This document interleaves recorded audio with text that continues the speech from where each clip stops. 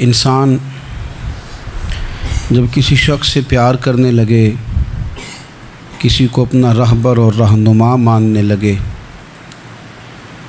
फिर अगर वो उस हस्ती को जेहतों में और मुख्तलिफ़ किस्म की समतों में कैद करने लगे तो उसकी मोहब्बत कमज़ोर सी नज़र आती है। कहे कि मुझे फ़लाँ से प्यार ज़रूर है, पर इतना है, इतना नहीं है, इस हद तक है, इससे आगे नहीं है, इतना करूँगा, इससे आगे नहीं जाऊँगा, इतनी बात मानूँगा, इससे ज़्यादा नहीं मानूँगा, तो महसूस होता है कि इस शख्स ने मोहब्बत की नहीं। मोहब्बत तो इताअत पर मजबूर कर देती है, मोहब्बत तो इंसान को मजनून बना देती है। अल्लाह के प्यारे रसूल सल्लल्लाहु ताला अलैहि वसल्लम की मोहब्बत हम पर ज़रूरी करार दी गई। जिस तरह हदीस पाक में ये फरमाया गया ना कि तुम उतनी देर तक मोमिन नहीं हो सकते जब तक हर चीज़ से बढ़कर, हर शख्स से बढ़कर नबी पाक अलैहिस्सलाम से प्यार ना करो, इसी तरह कुरान मजीद ने फरमाया कि फ़ला व रब्बिका, ए महबूब हमें आपके रब की कसम, ए महबूब आपके रब की कसम, ला युमिनूना हत्ता युहक्किमूका फ़ीमा शजर बैनहुम, ये उस वक़्त तक मोमिन नहीं हो सकते जब तक अपने हर मामले में आपको हाकिम तस्लीम ना कर लें। या आपको हाकिम तस्लीम कर लें, हर बात में आपका हुक्म मानने लगें, तो आपका रब फिर इनको मोमिन मानेगा। हर मामले में, नमाज़ पढ़ने में भी नबी पाक का हुक्म मानना है, और शादी करने में भी नबी करीम का हुक्म मानना है, रोज़ा रखने में भी हुजूर का हुक्म मानना है, और तिजारत करने में भी नबी करीम अलैहिस्सलाम का हुक्म मानना। जिस तरह हम लोगों ने नवाफिल पढ़ने में, तिलावत करने में रसूल करीम अलैहिस्सलाम की बात को सुनना है, इसी तरह हमने फ़ैसले करने में, कचहरी में जाने में, अदालत में पहुंचने में, वहाँ भी हमने नबी करीम सल्लल्लाहु ताला अलैहि वसल्लम की बात पर ही गौर करना है, और सरवरे कायनात अलैहिस्सलाम को हर मामले में अज़ अव्वल ताखिर अपना हाकिम तस्लीम करना।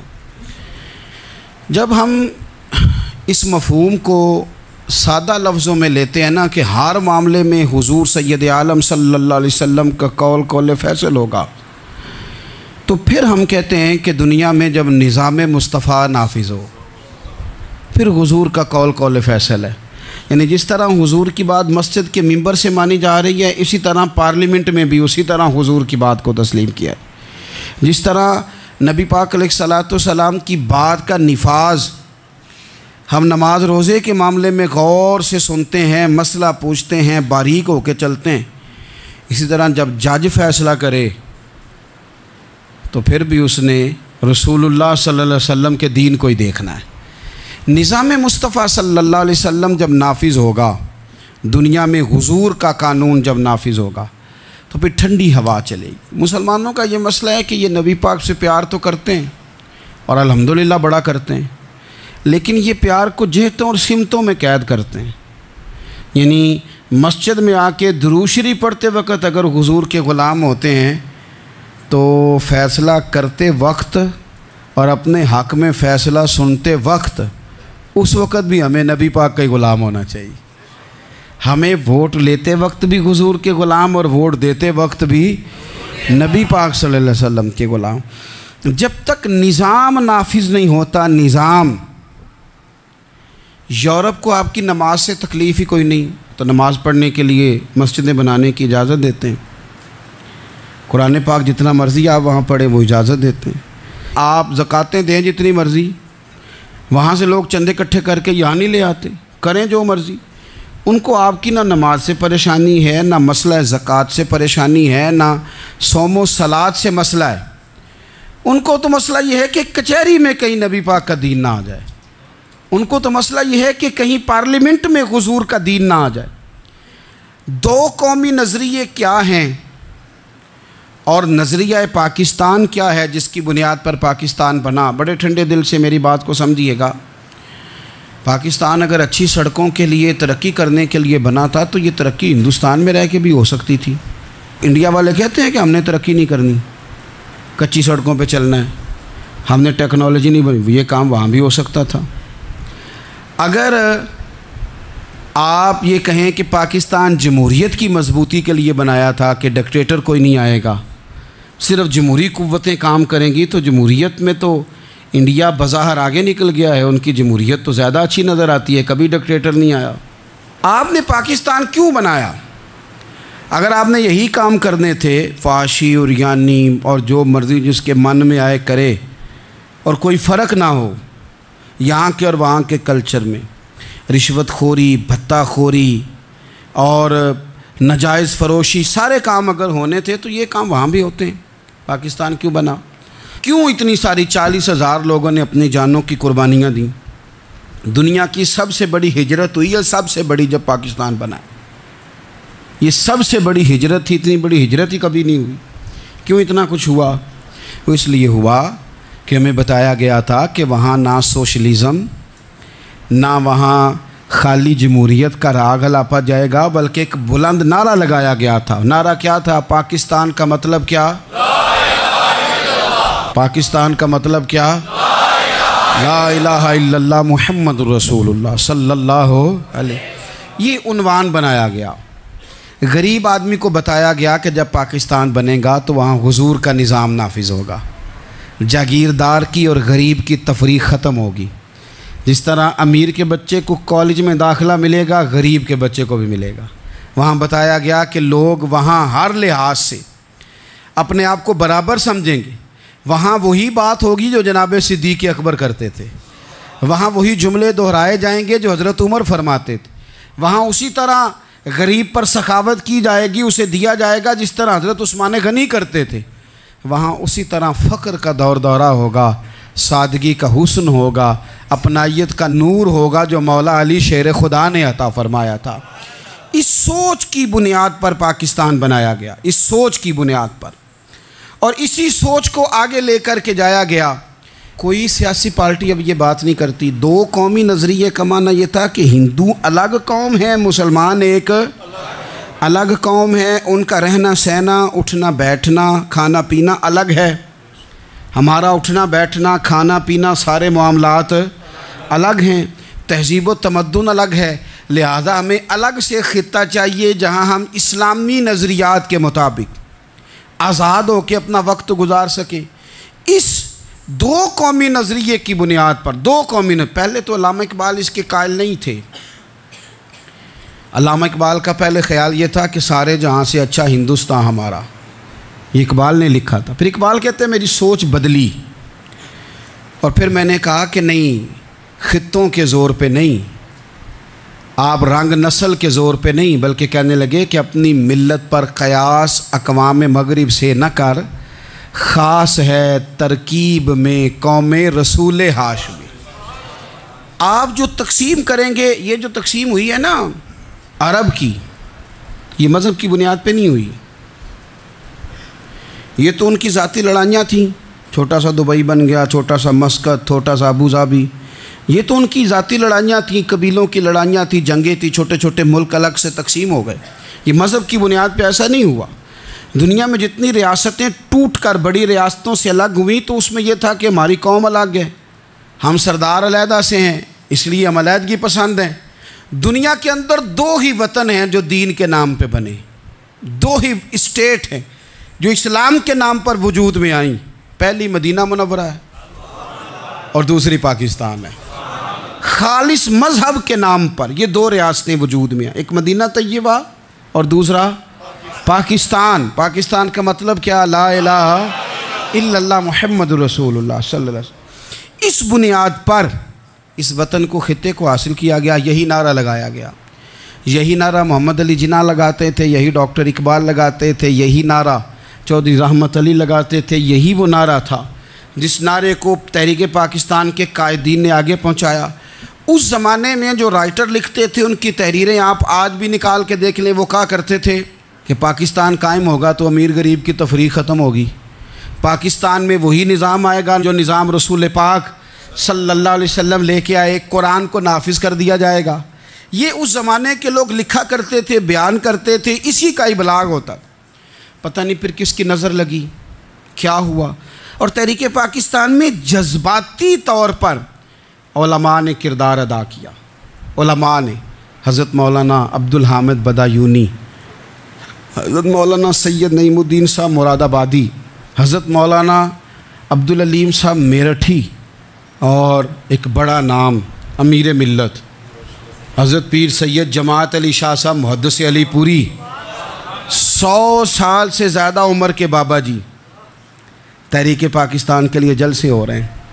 बाबा जी से उठा नहीं जाता, तो जिस तरह 4 लोग चारपाई पे जनाजा उठाते हैं, इस तरह 4 लोगों ने चारपाई पे बाबा जी को उठाया हुआ है, अमीर मिल्लत सैयदजादे, और चारपाई उनकी उठा के जलसों में ले जाई जाती है और वो तकरीरें करते हैं और कहते हैं सुनो भाई, जो मुस्लिम लीग को वोट नहीं देगा फिर हम उसका जनाजा भी नहीं पढ़ाएंगे, जो वोट नहीं देगा हम दफन भी नहीं होने देंगे अपने कब्रिस्तानों में, जो वोट नहीं देगा हमारा मुरीद ही नहीं। इतने जज्बात में ला के 40,000 लोगों ने कुर्बानियाँ दी।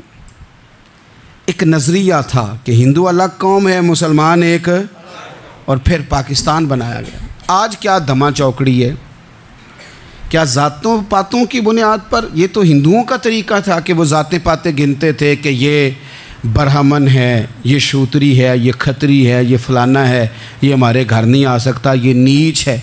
और अगर आज इस मुल्क में भी इलेक्शन ज़ात की बुनियाद पर लड़ा जाए और यहाँ भी सिर्फ इसलिए सपोर्ट किया जाए कि ये मेरी बरादरी का है, सिर्फ इसलिए सपोर्ट किया जाए कि मेरा कबीला है, पहले देखा जाए कि यहाँ कौन सी बरादरी मजबूत है तो उस कैंडिडेट को टिकट दिया जाए, तो फिर क्या आपने वतन बना के क्या कमाल किया? तो इसका एक नज़रिया है। क्या नज़रिया है कि मुसलमानों का रहना, उठना, बैठना, खाना पीना अलग है। देखो एक सादी सी बात है, या आपने दाढ़ी रखनी है, मूछें रखनी है, तो इस पर भी नबी पाक सल्लल्लाहु अलैहि वसल्लम ने कहा कि अलग से तुम्हारी शनाख्त होनी चाहिए, अलग से।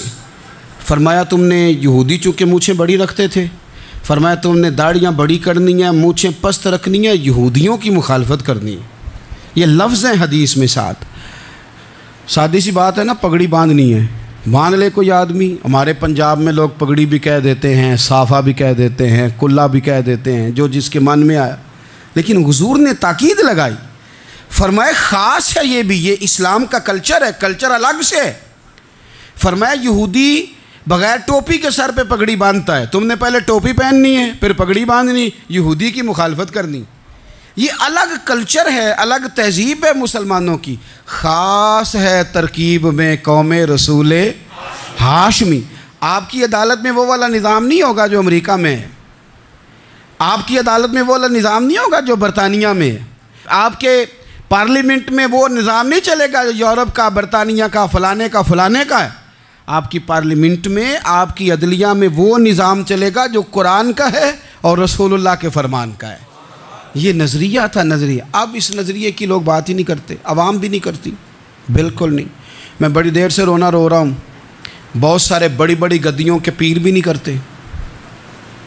उनको पता है कि अगर निज़ाम मुस्तफ़ा नाफिज होता है तो मुझे भी बताना पड़ेगा कि 80 मुरब्बे कहाँ से आए, मुझे भी बताना पड़ेगा कि ये जो मैं 1.25 करोड़ की कार में, गाड़ी में घूमता हूँ तो ये कहाँ से आई, हिसाब देना पड़ेगा। और फिर जब पाकिस्तान बन गया, कुर्बानियों के बाद बना, आपने नाराज़ नहीं होना, मेरा मुहाजिर फैमिली से ताल्लुक़ है। जो अजीज़ रिश्तेदार करीबी यहाँ रहते थे ना, मकामी, वो तो मुहाजिरों में रिश्तेदारी नहीं करते थे। सही कह रहा हूँ? कहते मुहाजिर है, अच्छा जी गैर मुस्लिम है, जगह नहीं देते थे रहने को। मैं कैसे आपको बात बताऊँ? फिर इस छोटी छोटी गलतियों को लोगों ने वोट बना के बड़ी बड़ी कत्लो गारत नहीं की इस मुल्क में। इतना बड़ा तकलीफ़ वाला मंजर था। मेरे दादाजी की फैमिली सारी पाकिस्तान आई थी, दादी की नहीं आई थी।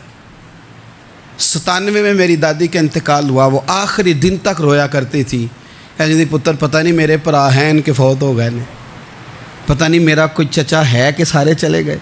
किस लिए आपने, अगर यही धमा चौकड़ी सियासत की करनी थी, ज़ात पात आपने रखनी थी, तो वहाँ कोई दुख था? ये तमाशे तो वहाँ भी हो रहे।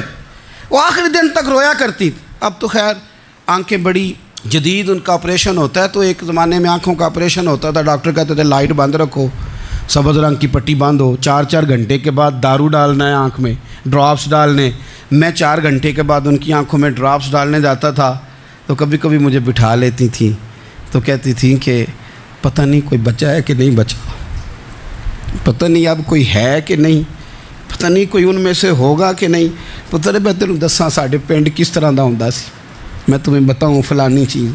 फिर जिन्ना ने ऐलान किया था कि मुल्क बन गया, कहती थी हमने बड़ा कहा अपने रिश्तेदारों से कि चलें, पर वो कहते थे ये तो थोड़े दिनों की बात है, सब ने वापस आ जाना है।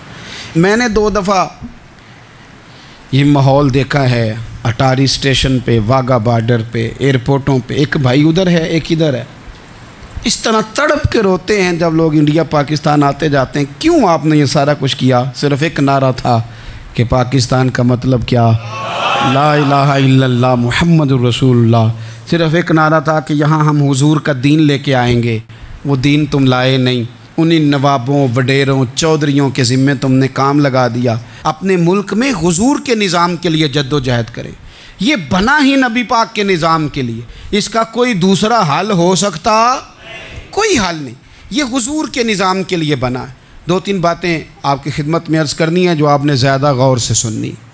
सबसे पहले तो पाकिस्तान बदलने के लिए ज़रूरी है कि निज़ाम मुस्तफ़ा के लिए जद्दोजहद की जाए, फ़िक्र हुसैनी अपनाई जाए और वक्त के हर यजीद को ललकारा जाए और ललकार करके निज़ाम के लिए कोशिश की जाए कि निज़ाम मुस्तफ़ा इस मुल्क में नाफिज हो। उस जद्दोजहद को आगे बढ़ाया जाए। वही जद्दोजहद जो हमारे बुज़ुर्गों का काफ़िला सदरुल अफ़ाज़िल सैयद नईमुद्दीन मुरादाबादी से लेकर अल्लामा शाह अहमद नूरानी सिद्दीकी तक और आज के इस दौर के अकाबरीन तक जो जद्दोजहद करता आया है, उस जद्दोजहद को अपनाया जाए। हमारे मुँह से ये लफ्ज़ निकलें कि हमें सिर्फ मस्जिद में दीन नहीं चाहिए, कचहरी में भी चाहिए। देखें ना, कचहरी में दीन नाफिज हो तो किस तरह होता है। तरावी बड़ी सोनी हज़रत उबई बिन काब पढ़ाया करते थे, कुरान बड़ा सोना पढ़ते थे, तो हज़रत उमर ने कहा ये तरावियाँ पढ़ाएंगी। अब चूँकि कुरान अच्छा पढ़ते थे, अच्छा समझते थे, तो हज़रत उमर ने फरमाया चूँकि कुरान अच्छा पढ़ते हैं लिहाजा चीफ़ जस्टिस भी इन्हीं को बनाना है, जिनको समझ हो कुरान क्या कहता है फ़लाँ चीज़ के बारे में।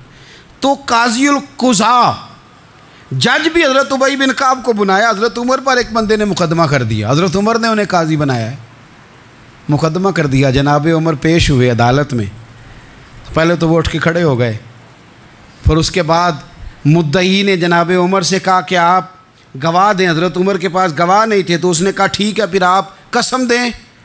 तो हज़रत उबई बिन काब रदी अल्लाह ताला अन्हु फरमाने लगे आपको अमीरुल मोमिनीन के साथ ये रवैया इख्तियार नहीं करना चाहिए। आप अमीरुल मोमिनीन से कसम का मुतालबा कर रहे हैं, आपको पता नहीं कि ये वो हस्ती है जिनकी रसूल पाक अलैहिस्सलाम ने गवाहियाँ दी हैं कि बड़े काम के आदमी हैं, इनकी फजीलतें हुजूर ने बयान फरमाई हैं, आप अमीरुल मोमिनीन से। हज़रत उमर ने जनाब उबई बिन काब की तरफ देखा, हिमायत तो हज़रत उमर की कर रहे थे ना, लेकिन ये निज़ाम मुस्तफ़ा है, ये हुजूर का दीन है। हज़रत उमर फरमाने लगे आप इस मुकदमे का फ़ैसला कर लें, बाद में आपको माजूल कर दिया जाएगा। ये आपने क्या कहा कि अमीरुल मोमिनीन से मुतालबा न करें? फरमाया मैं जितना मर्ज़ी भी मुअज़्ज़ज़ हूँ तो नबी पाक की कायदे के अंदर ना, जो कानून हुजूर ने दिए मैं उसके अंदर हूँ। किसी का एजाज़ उसे कानून से बाहर लेकर नहीं जाता, मैं कानून में हूँ और निज़ाम मुस्तफ़ा की साए के नीचे हूँ। सबसे पहले तो निज़ाम मुस्तफ़ा का मुतालबा करें। दूसरा मैं आपको एक बात अर्ज़ करूँ, एक होता है घर, एक होता है कब्रस्तान, एक होता है घर, एक होता है डेरा। इन दोनों में फ़र्क है। हमारे हुक्मरानों और सियासतदानों के लिए पाकिस्तान यहाँ तो कब्रस्तान है, यहाँ डेरा है। अगर कोई मर जाए तो यहाँ ला के दफन कर देते हैं ताकि पता चले हम यहाँ के वासी हैं। यहाँ डेरा, डेरा आपको पता है ना, पंजाबी में डेरा समझते हैं, फार्म हाउस, बैठक, समझ में आता है ना मसला।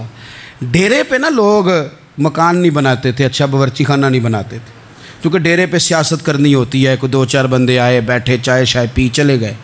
रिहाइश जहाँ होती है वहाँ सोने के लिए, बैठने के लिए, आराम करने के लिए, किचन, बावर्ची खाना, खाने पीने के लिए, वहाँ अपने घर वालों के लिए बंदा बंदोबस्त करता है। पाकिस्तान को तो डेरा बनाया हुआ है। यहाँ तो ये आते हैं डेरेदारी करने के लिए। सियासत की 4 दिन, लोगों को कायल किया, इलेक्शन लड़ा, जीत गए तो रह गए, हार गए तो चले गए, और जब जीतने के बाद भी हुक्मरान रहे तो रहे, ना रहे तो चले गए। ये तो डेरा है। लेकिन डेरे में ज़्यादा नुकसान चौधरी का नहीं होता कि वो चौधरी बना हुआ है, ज़्यादा जालिम वो होता है जो अपने आप को कमी समझता है, वो नुकसान करता है, चौधरी का भी, चौधरी के बच्चों का भी। वो उसे तकब्बुर में मुब्तला करता है, वो उसको कहता है कि तू बादशाह सलामत, वो उसका दिमाग ख़राब करता है। इसलिए शेख सादी कहते थे बहुत सारे लोगों को उनके मुशीर तबाह कर देते हैं कि तू बल्ले बल्ले। तो पाकिस्तान इन लोगों के लिए या डेरा है या कब्रिस्तान है, घर तो मेरा और आपका है। लिहाजा हमने इसे घर समझना है, सिर्फ अपने घर को नहीं। हमारी गली भी हमारा घर है, हमारी सड़क भी हमारा घर है, हमारे पार्क हमारा घर हैं, पब्लिक प्रॉपर्टी सारी हमारी हैं। हमने हुक्मरानों का सिर्फ इंतज़ार नहीं करना, हमने रैपर देख के फेंकना है कि घर हमारा है। हमने सड़क पे कचरा देख के फेंकना है कि घर हमारा है। हमने इसके ज़र्रों से, इस वतन की मिट्टी से प्यार करना है। और ये आप छोड़ दें कि सिंध में फ़लाने की हुकूमत है और खैबर पख्तूनख्वा में फ़लाने की हुकूमत है, पंजाब फ़लाने का है और बलूचिस्तान फ़लाने का है, ये बातें आप छोड़ दें। खैबर पख्तूनख्वा भी दरवेशों का है, हज़रत बाबा अब्दुल रहमान का है, पीर ऑफमान की शरीफ का है खैबर पख्तूनख्वा, सिंध हज़रत अब्दुल्ला शाह गाज़ी का है और पंजाब बाबा फ़रीद का है और दाता अली अजमेरी का है। तो मेरे अज़ीज़, सबसे पहले तो निज़ाम मुस्तफ़ा का मुतालबा करें, फिर इसकी सफाई में, सुथराई में, तामीर में, तरक्की में अपना किरदार अदा करें।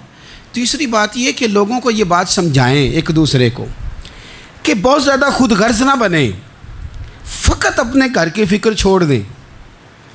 ये मिल्लतों का तरीका नहीं, कौमें इस तरह नहीं बनती। फ़कत अपने घर की फ़िक्र करना। ऐसी हवा चली है कि हर शख्स सोचता है तमाम शहर जले बस एक मेरा घर ना जले। ये फ़िक्र छोड़ दें। देखें ना, हमें बताया गया, नबी करीम सल्लल्लाहु ताला अलैहि वसल्लम के फरमान ने बताया कि 40 घर आगे, 40 घर पीछे, 40 घर दाएँ, 40 घर बाएँ, ये तेरे पड़ोसी हैं। और सखावत तू कहाँ से शुरू कर?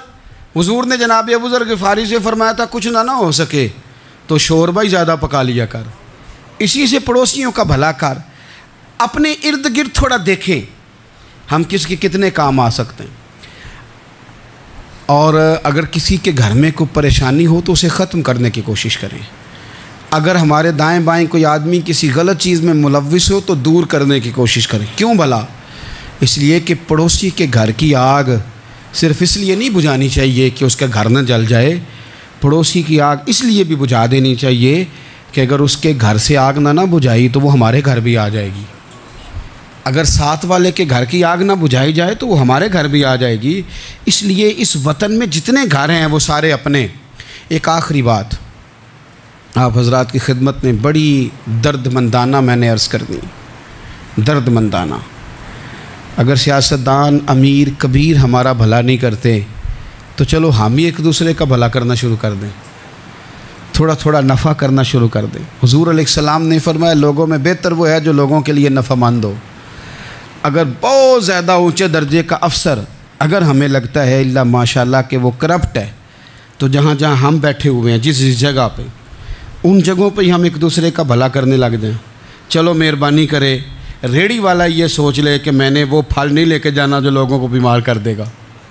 चले सब्ज़ी वाला ये सोच ले कि ये वाली सब्ज़ी अब इतनी तबाहकुन हो गई है कि बीमार करेगी, ये काम। चलो मेडिकल स्टोर वाला ही मेहरबानी करे कि मैंने दवाएं सिर्फ वो लेके आनी हैं जो फ़ायदेमंद हैं, जो दवाएं एक्सपायर हो गई हैं, जिनमें कोई मसला बन गया है, वो मैंने काम नहीं करना। और चलो करियाने वाला ही मेहरबानी कर दे, वो बेसन ही सही ले आए यार, वो वाला ना बेचे जो लोगों के लिए नुकसान का बायस। वो बोतलें असली बेचे, नकली ना बेचे, क्योंकि वतन हमारा है। आप यकीन करें कि मैं ऊपर की बात नहीं करता, नीचे तक हाल इतना ख़राब है कि आगे आगे जो फल दिखाने को लगाए हैं वो और हैं और उनके पीछे जो पड़े हैं वो और हैं। इतना अजीब मंज़र, इतनी अजीब। मैं अब तो चलें कुछ अहबाब मुझे सफ़र करा देते हैं। एक ज़माने तक मैं किराए की गाड़ी में सफ़र करता था। एक साहब को मैंने एक दफ़ा बताया कि मुझे शेखुपुरा जाना है, कितनी देर रुकेंगे? मैंने कहा कि ज़ाहिर है जलसा है, फ़ारिग होगा तो आ जाएंगे। तो शेखुपुरा वालों ने भी मुझे शेखुपुरा बताया था, तो वहाँ जाके पता चला कि 10 किलोमीटर अंदर जाना है। उन्होंने ब्रेक लगा ली वहीं पे, कहने लगे जो 10 किलोमीटर अगे जाना है तो पैसे नवें तय होवन गए। गल शेखुपुरे दी हुई सी। तो मैं कोई ऐसा मसला नहीं था, मैं हंस पड़ा, परेशान नहीं हुआ। मैंने कहा बिल्कुल ठीक है, आप सही कह रहे हैं। ये आपकी बात बिल्कुल बजा है, आपने जो कहा वो दुरुस्त कहा, लेकिन यार मैंने तो यही सुना है कि ये शेखुपुरा है तो 10 किलोमीटर तक तो बहरहाल एक शहर वैसे भी होता ही है। ये तो नहीं होता कि उसकी एक बाउंड्री है कि 1 किलोमीटर के अंदर शहर बंद है। लेकिन मैंने कहा कि तेरी सोच ने एक बात मुझे, उस दोस्त को मैंने समझाया, प्यारे थे, कायल किया, और मैंने कहा तुम्हारी सोच से एक बात मेरी समझ में आई है कि हम बड़े खुदगर्ज हैं। हमें सिर्फ हमारे हुक्मरान नहीं लूटते, बस हाथ ना पहुँचे तो अंगूर खट्टे हैं, वरना अगर पहुँच जाएं तो कोई एक तरीका होना चाहिए किसी बंदे को किसी जगह नीचे लेके आने का कि ओ हो 10 किलोमीटर आपने तो ये कहा था, अब कैसे बात होगी। मैंने उन्हें कहा कि कुछ भी नहीं इससे फ़र्क पड़ता, इससे कोई फ़र्क नहीं पड़ता। लेकिन एक ज़माना मैंने दौर देखा और एक दौर मैंने वो भी देखा कि मुझे एक जगह जाना था।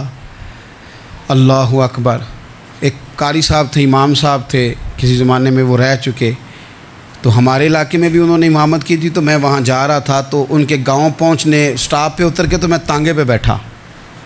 तांगे वाले को मैंने कहा कि वो चूँकि अपने गांव जा चुके थे छोड़ के हमारा इलाका, तो मैंने कहा फ़लाने कारी साहब के यहाँ जाना है।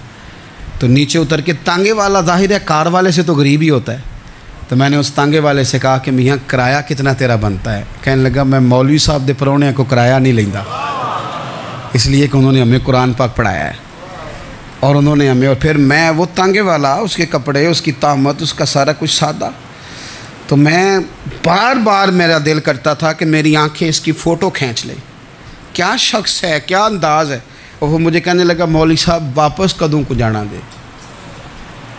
मैंने उनसे कहा कि मैंने ना जी शाम को ही वापस लौट जाना है। तो कहने लगे मैं डीगर को तक तुहाडा वेट करांगा तो मैं तुहानू डीकांगा, एक सवारी घट पावांगा। मेरा दिल करता है मौलवी साहब दा परौना वापस भी फ्री जाए। क्या उसकी आमदन होती है तांगे वाले की। वो बंदा भी याद रह गया, ये बंदा भी याद रह गया। खुदारा हम याद रहेंगे। मेहरबानी करें आप एक दूसरे का थोड़ा थोड़ा भला करें, एक दूसरे की थोड़ी थोड़ी खैर करें, एक दूसरे का थोड़ा थोड़ा नज़रिया। एक बंदा मुझे वो भी याद है, बस में बैठा था तो उसने ना, एक बूढ़ी अम्मा ने उसे कहा कि पुत्र मेरे को ना किराया 14 रुपये था, तो उसने कहा पुत्र मेरे को 10 ही दे। तो अपना अपना रवैया होता है। तो वो कंडक्टर जो था गाड़ी का, वो कहने लगा अम्मा जी उतर के आगा नहीं जाना।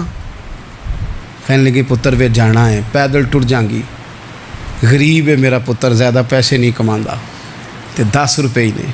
तो वो क्लीनर भी मुझे याद रह गया, उसने 10 भी अम्मा को वापस कर दी। कहने लगा अम्मा जी कोई गल नहीं, सारी दिहाड़ी कमाई दे ही ने, अल्लाह देवने वाला है, तुसी पैदल ना जावियो, ए 10 रुपये रक्शे वाले नूं दईओ ताकि तुहानू घर च। और यार एक एक कतरा इस मुल्क में, एक एक आंसू किसी का पूछ लो, ज़्यादा नहीं, एक एक दो दो आंसू पूछोगे तो बड़े लोग रोना छोड़ देंगे। एक एक दो दो आंसू पूछ लोगे तो बड़े लोग हैं रोना छोड़ देंगे। मैं चूँकि गौर से चीज़ों को, मेरा हाफ़ज़ा बड़ा अच्छा है तो मैं देखता रहता हूँ। मेरी हमशीरा की शादी थी तो मैंने एक फ़र्नीचर वाले से बात की। मैंने कहा भाई इस तरह करके फ़र्नीचर बनाना है। तो कहने लगा घर वास्ते या किसी धी नूं देना जे वडेरे बाबा जी। मैंने कहा जी नहीं। कहने लगा हज़रत जी जिमें दिल करेगा कर लिया जे, तियाँ धियानियाँ दा उंज भी हिस्सा होंदा है।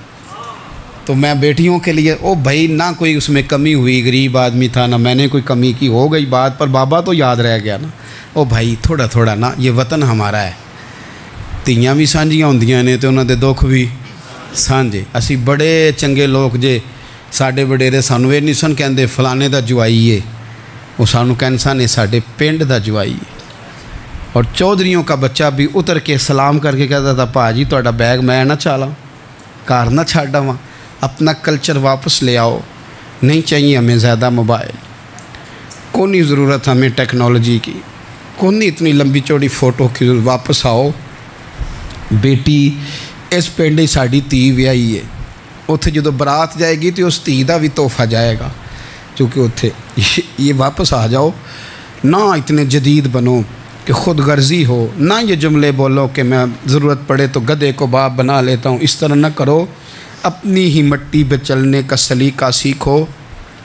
किसी के संगे मर मर पे चलोगे तो फिसल जाओगे। प्यार बांटें, ये वतन हमारा है, हमने यहाँ मिल कर रहना। छोटे छोटे ताउन एक दूसरे के साथ करोगे तो वतन में ख़ुव्वत बढ़े, प्यार बढ़ेगा, लिल्लाहियत में इजाफ़ा होगा।